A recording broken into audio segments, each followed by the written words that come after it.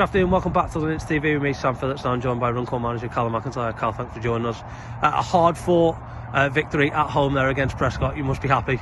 Delighted with the result, particularly given the circumstances. Would assess the game as, I think, one of the worst performances since, certainly as I came to the club, in most areas, bar a 10-15 minute spell. But to be expected. I say that about the performance. It's probably one of the best wins as well, one of the most important wins, and sort of keep in touch with where we are at the moment. We are riddled with absentees, aren't we? We've had injuries for weeks after weeks, and then obviously our COVID situation. I think by the looks of things, looking at team sheets, we look like we're the worst hit. To have had 14 fit and available players with no balance to that whatsoever. 13 and a half really, one on his way back from a long-term injury that put him on the bench was speculative. To have been able to win a game of football at this level in those circumstances over a difficult period in terms of the time of the year anyway, delighted for the lads in terms of their commitment and their contribution. Yeah, now you mentioned there about injuries. Obviously you said Jack Welsh back on the bench today. It's great to have a player like that back, and it could have been a good thing to get him a couple of minutes at the end.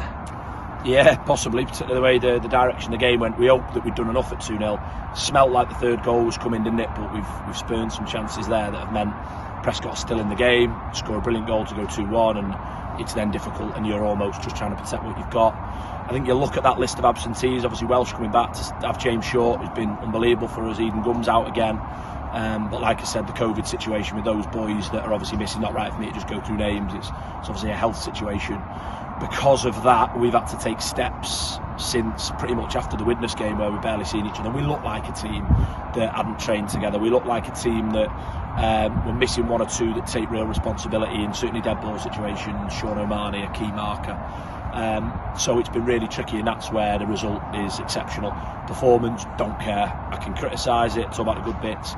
I could not care less. My interest is in the result and the 3 points, and I think at times we've played well and not won. Maybe your luck balances out, and equally that there's some brie left later on.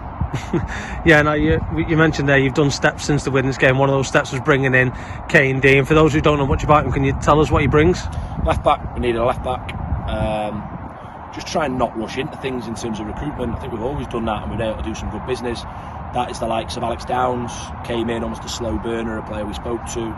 Tom McCready last year, circumstance meant we hadn't jumped in. We clearly needed a centre midfielder at times last year.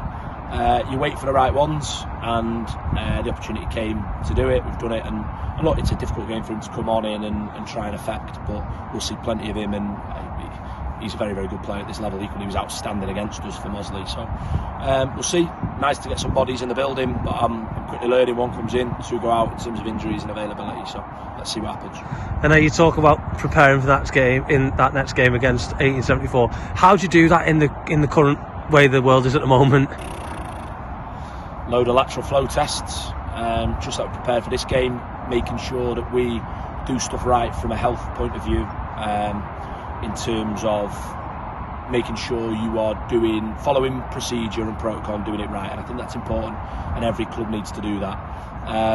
We will not see each other again now, potentially till New Year's Day, when I hope we'll have a better performance. But look, this time of year it might be about grinding it out. We're in a brilliant position for us to be sixth at the end of the calendar year, in touch with some massive clubs, and have an opportunity. We are a really little horse in a race that, as long as we're there and thereabouts, we can be really, really pleased with what we're doing. So performances early in the season were excellent. Today doesn't go in that bracket. New Year's Day, if that doesn't go in that bracket, fine, as long as the result's the right way. It's about finding a way. I think too often we've not done that. Even when we've played well, we haven't found a way to win the game. To have done that today and be able to take that into New Year's Day looking for a third win on a spin, take that. Perfect. Well, enjoy your New Year's Eve, don't eat too much brie, and we'll see you on New Year's Day.